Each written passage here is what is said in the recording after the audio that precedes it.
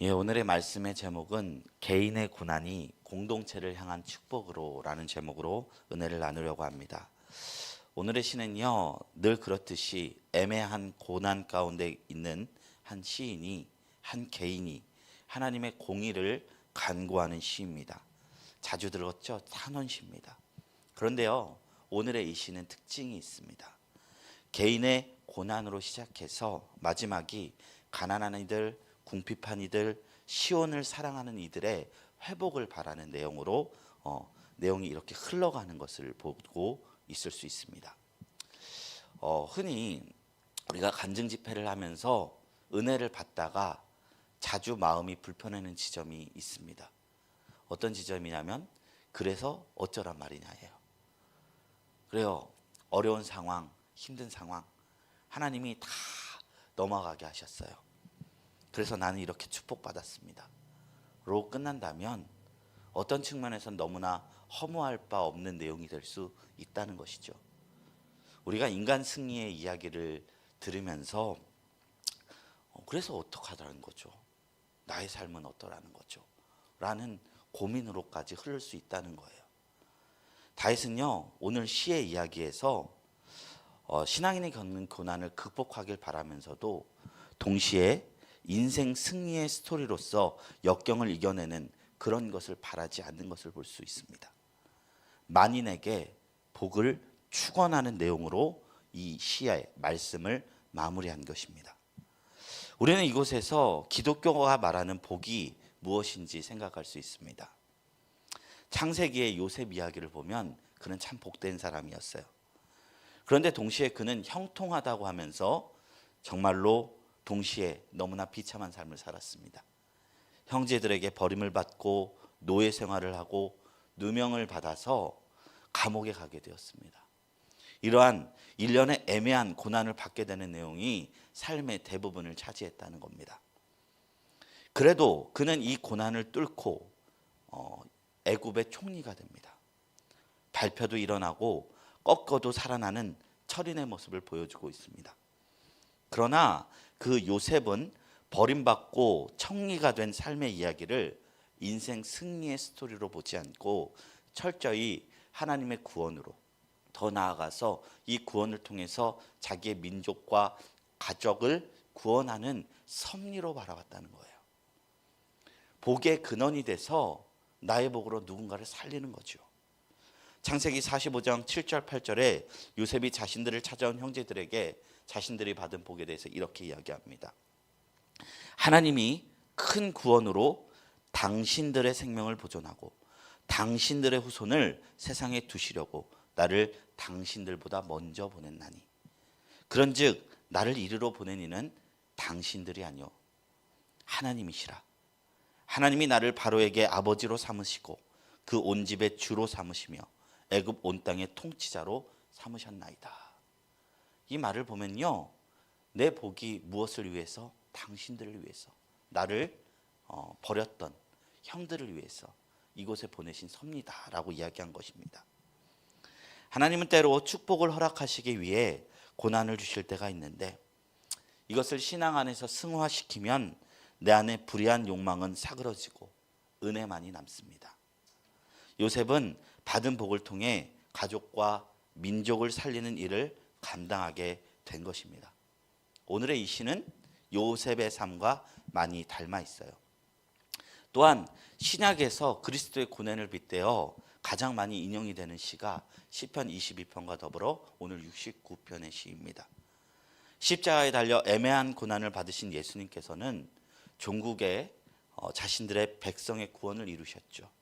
그래서 그것을 대속이라 부릅니다. 남의 받을 빚을 대신 갚아주신 것. 성경에서 나오는 대부분의 애매한 고난들은 하나님의 영광을 드높이는 도구가 되곤 합니다.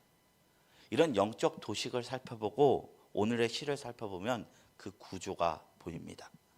먼저 1절부터 4절입니다. 1절부터 4절은 다윗의 탄식을 다루고 있습니다. 이곳에서 다윗은 인생의 위기를 맞아 하나님께 간구하고 있습니다. 마치 자신의 상태가 깊은 수렁에 빠져 있는 것 같이 고백하고 있습니다. 수렁이라는 것은 자연이 만든 함정인데 웅덩이에 그 물속에 진흙이 섞여서 겉으로 보기에는 땅처럼 보이지만 점성이 있어서 밟으면 쑥 빠지는 거예요. 짐승들이 길인 줄 알고 그곳에 빠지고 된다는 것이죠. 깊이에 따라서는 생명을 앗아가는 위험천만한 곳입니다. 그런데 이 수렁의 가장 무서운 점이 무엇인지 아십니까? 어설프게 움직일수록 더 빨리 빠져든다는 것이죠. 그리고 가만히 있으면 천천히 빠져든다는 것이죠. 어느 쪽도 두렵긴 마찬가지입니다. 수렁 자체로 죽어가는 것이 아니라 갈증과 굶주림으로 인해서 죽음을 맞이하는 것이 이 수렁이라는 것입니다. 십자가도 그렇죠. 사실 이거 뚫는다고 사람 안 죽어요. 아프지만. 거기서 물과 피를 흘리면서 갈증으로 인해 죽어가는 것이죠. 모양은 조금씩 다르지만 인생에 이런 순간을 맞이할 때가 있습니다. 어찌할 바를 모릅니다. 요즘에 제가 느끼는 것이 열정과 실행력도요, 그저 빛나는 법은 없다는 사실이에요. 하면 할수록 꼬여갈 때 실행력은 오히려 독이 됩니다. 그럼 어떻게 되냐? 침묵해야 돼요. 그저 몰락하는 것을 보여야만 하는 때가 있다는 것입니다. 그러면 우리는 수렁과 같아서 가만히 있지도 못하고 움직일 수 없는 진퇴양난에 빠진다는 것입니다. 제가 근현대사의 조선의 격변기를 맞이했던 그 시절의 왕이었던 고종의 다큐멘터리를 본 적이 있습니다. 우리가 생각하기로 고종 황제는 나라가 약해서 아무것도 못하고 나라를 빼앗긴 그저 그런 실행력 없는 무능한 사람으로 기억하고 있는데, 이 몰락하는 과정이 사실은 고종 황제의 최선을 다하는 몸부림 때문에 벌어졌다는 내용이었어요. 제국주의로 인해서 전 세계가 경쟁하던 시절 청나라도, 일본도, 미국도, 러시아도 다 조선을 집어삼키려고 하니까 전 근대화된 조선이 살아남기 위해서는 중립 외교를 해야 했다. 마치 스위스처럼. 스위스가 이제 2차 세계대전의 풍파 속에서도 중립국으로 이제 설 수 있었던 것처럼 조선도 그랬다는 거예요. 그래서 러시아와 청과 일본에게 동일한 있던 약간 분배하는 이권을 주고 이제 서로 이제 견제하게 만들었다는 거예요. 머리도 잘 썼고 행동도 잘했다는 거예요. 근데 오히려 그 열심한 행동이 일본의 강점기를 만드는 도해산이 되었다는 내용이었습니다. 열심히 독이 된 상황인 것이죠. 그렇다고 가만히 있었으면은 우리나라가 안 빼앗겠느냐? 그건 아니라는 거예요. 다 제국주의로 나라와 나라를 침탈했을 때 가만히 있었으면 안 당했느냐? 그것도 아니라는 거예요. 해도 당했고 안 해도 당했다라는 것입니다. 다윗은 이런 시기를 맞이한 것 같아요. 그래서 아무것도 하지 못합니다. 근데 다윗은요, 인생의 많은 위기를 만났을 때 용맹함이 없었느냐? 그렇지 않았습니다. 골리앗과 싸웠을 정도로 용맹했던 인물입니다. 자기를 죽이려는 사울을 피해서 10년을 떠돌며 다니던 산전수전을 다 겪던 사람입니다. 굴에서도 광야에서도 적진에서도 미친 채를 해서 살아왔던 사람입니다. 그러나 그런 그도 정말로 어찌할 수 없는 상황을 맞이하면 그저 사막의 폭풍을 맞이할 때 낙타처럼 하나님 앞에 무릎을 꿇을 수밖에 없었습니다. 그동안 구원의 모든 사건이 하나님의 인도였다는 사실을 그는 내심 깨달아 알았기 때문입니다. 그래서 그는 행동하기 전에 기도합니다. 기도는 하나님의 뜻을 알 수 있는 통로입니다. 행동할 만한 마음의 여유조차 남지 않을 때 하나님을 향해 마음을 탄원한 것입니다. 1절부터 4절은 다윗이 하나님 앞에 자신의 솔직한 마음을 아뢰며 해결되지 않은 삶의 모호함을 하나님 앞에 올려드리는 장면이라고 볼 수 있는 것입니다. 그리고 4절부터 12절은요, 다윗이 그 탄원하면서 동시에 어떤 고통을 받았는지를 기술하고 있어요. 짧게 이야기하자면 그는 모든 사람들이 자기를 미워하는 그런 상황을 맞이한 것 같아요. 이유 없이 자신을 미워하는 사람들, 자신을 욕하는 거예요. 멀리로 보면 성경에 보면 성문에 앉은 자, 그러니까 관계없는 자가 자기를 욕한다는 거예요. 또 하나는 가까이서 보면 형제와 부모, 가족들도 자기를 욕한다는 거예요. 5절에 보면요, 자신의 악행을 비난하기도 하지만 9절을 보면 주님의 집을 향한 자신의 선한 열정조차 사람들이 오해하고 비난하고 있다는 거예요. 그러니까 멀리 있는 사람도 가까이 있는 사람도 자신의 선함도 악함도 다 싸잡아서 자기를 비난하고 있는 상황이 되었다는 것입니다. 그는 해일처럼 찾아오는 사람들의 정죄에 영혼에 각인될 만큼 큰 고통을 받습니다. 그러니 다윗은요, 하나님께 탄원한 것이죠. 그리고 13절부터 18절까지 하나님을 찬양합니다. 하나님을 바라봅니다. 하나님만의 나의 구원이십니다 라고 외치고 있습니다. 그리고 긍휼을 구하는 겁니다. 이게 핵심 말씀이다 보니 제가 다시 봉독드립니다. 13절부터 18절이요. 여호와여, 나를 반기시는 때에 내가 주께 기도하오니 하나님이여, 많은 인자와 구원의 진리로 내게 응답하소서. 나를 수렁에서 건지사 빠지지 말게 하시고 나를 미워하는 자에게서와 깊은 물에서 건지소서. 큰 물이 나를 휩쓸거나 깊음이 나를 삼키지 못하게 하시며 웅덩이가 내 위에 덮쳐 그것에 입을 닫지 못하게 하소서. 여호와여, 주의 인자하심이 선하시오니 내게 응답하시며 주의 많은 긍휼에 따라 내게로 돌이키소서. 주의 얼굴을 주의 종에게 숨기지 마소서. 내가 환난 중에 있사오니 속히 내게 응답하소서. 내 영혼에 가까이 하사 구원하시며 내 원수로 말미암아 나를 속량하소서. 이렇게 하나님 앞에 내가 할 수 있는 것이 아무것도 없습니다. 구원해달라 말하고 있는 것입니다. 그리고 이어서 19절부터 28절은 하나님께 원수 갚아달라고 요청하는 장면입니다. 자신을 일방적으로 곡해하고 박해하는 자들을 정죄하여 달라는 고백을 합니다. 21절에 보면 그들의 음식물이 쓸개가 되게 해달라고 하고 그들이 거처하는 집이 황폐하게 해달라고 하고 죄악에 죄악을 더하여 주의 공의에 들어오지 못하게 해달라고 합니다. 여기서 감정선을 보면요, 마치 연극의 기승전결의 그 절정에 담긴 것처럼 폭풍이 몰아치듯 대적자를 저주하고 있어요.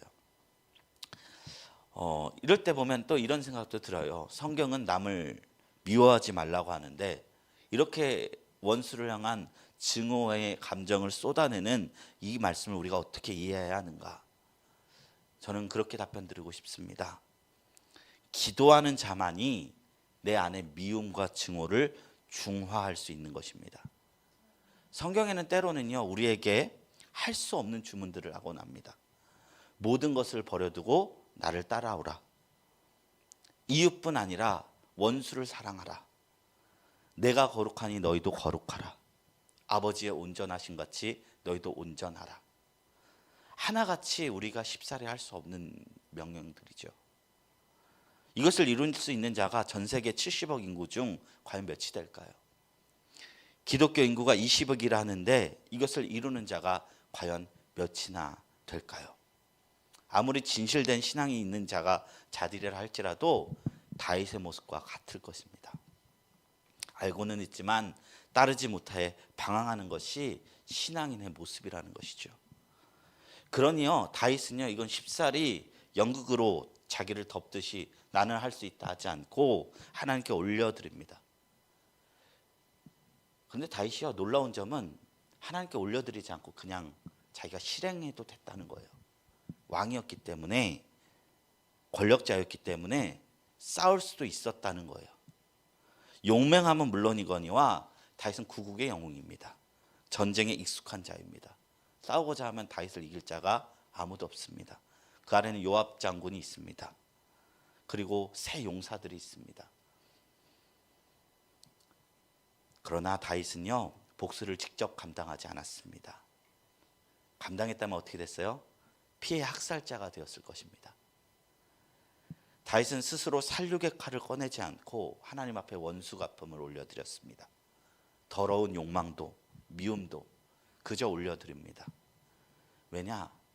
이 미운 마음이 중화가 된다는 것을 알았기 때문이죠. 제가 상하수도 안내 홈페이지에서 본 자료로 보니까 소주컵 한 잔의 식용유를 정화하기 위해서 드는 물의 양이 1,500톤이 든다고 하죠. 무시무시하게 많은 양이 드는데 어떤 생각이 들었냐면 그래도 1,500톤이 있으면 한 컵의 소주잔의 식용유는 중화가 되겠구나. 우리의 죄가도 그렇지 않을까요? 우리의 죄는 주홍빛보다 더 붉은 죄, 이 붉은 죄를 양털처럼 희게 하기 위해서는 더 큰 하나님의 자비, 더 큰 하나님의 사랑, 더 큰 하나님의 긍휼을 경험해야 하는 것이구나. 신앙은요, 혼내서 배울 수 없습니다. 하나님의 무한한 사랑으로만이 배울 수 있는 과목입니다. 그것 못 경험하면 우리는 늘 연극하는 신앙인이 되어버려요. 그래서 기도는요, 솔직해야 합니다. 우리의 더러운 죄가가 하나님의 자비로 희석이 될 때까지. 다윗의 복수심을 하나님께 올려드림으로써 그는 평온을 찾습니다. 마치 태풍이 온 뒤 맑아진 하늘처럼, 이것이 기도의 힘이겠죠. 우리의 부끄러운 욕망과 미움조차 하나님은 다 받아들이시고 사랑으로 융화시켜 줍니다. 그래서 29절부터는 그 격정적인 감정은 다 식어버리고 하나님 앞에 마치 비겐디 하늘을 맞이한 듯 평온한 문체로 전환이 되는 것을 보게 됩니다. 29절 말씀 볼게요. 29절 말씀 보면 오직 나는 가난하고 슬프오니 하나님이여 주의 구원으로 나를 높이소서. 더 이상 원수를 향해 폭풍처럼 내뱉은 말은 온데가 되었고 다시금 자신의 진정된 마음으로 하나님의 구원을 갈망하는 장면이 나옵니다. 그런데 이 고백이 전의 고백과 다른 점이 있습니다. 이제 단순히 개인의 회복을 넘어서 공동체의 회복을 구하는 간구로 넘어간다는 것입니다. 나의 가난함이 어디로 넓어지느냐? 나처럼 가난하고 헐벗고 궁핍하고 갇힌 자를 향해 시야가 넘어간다는 것이죠. 그들을 구원해 달라고 고백하고 있는 것이죠. 29절에 보면 나는 가난하고 슬프니 구원으로 나를 높여달라고 하고요. 30절부터 31절은 가난한 자는요, 원래 성경에 보면 부유한 자는 소로, 그리고 좀 중간 잘 사는 자는 양으로, 가난한 자는 비둘기로 하나님 앞에 제사를 드려야 했거든요. 그런데 그것조차 드릴 수 없는 자는 무엇을 드려야 하나? 너무 가난하다는 표현을 산 비둘기조차 못 드리니 내가 드릴 수 있는 건 하나님 앞에 찬송과 감사뿐입니다. 그러나 이것이 소와 뿔과 굽이 있는 소를 드림보다, 가장 부유한 자가 드리는 그 헌물을 드림보다 하나님을 더 기쁘게 할 것이다라고 다윗은 확신하고 있습니다. 그리고 하나님은 이 궁핍한 자, 갇힌 자를 멸시치 않고 33절이에요. 그리고 마지막 35, 36절 유다의 성읍들을 재건하며 다시금 부흥을 이룰 것이다 라는 내용으로 마무리하는 것입니다. 처음에는 다윗이 자신의 고통 속에 갇혀서 원수 갚아달라는 기도를 하다가 이제는 이제 시야가 확장이 됐죠. 시온을 향해 중보하고 가난한 이들을 위해서 중보하고, 이것이 기도의 힘인 것 같습니다. 그러므로 우리가 할 수 있던 할 수 없던 하나님 앞에 나아가 내 마음을 토설하고 주님의 마음을 본받게 되기를 주님의 이름으로 축원합니다. 다윗이 받은 억울함과 서름이 지극히 약한 자들을 향한 긍휼로 변화가 되었지요. 이것이 신앙의 신비입니다. 우리의 애매한 고난은요, 반드시 아름다운 열매를 맺습니다. 이거를 믿은 것이 믿음입니다. 이 신비 아래서 우리는 하나님의 더욱 깊은 것까지 깨달아지게 될 것입니다.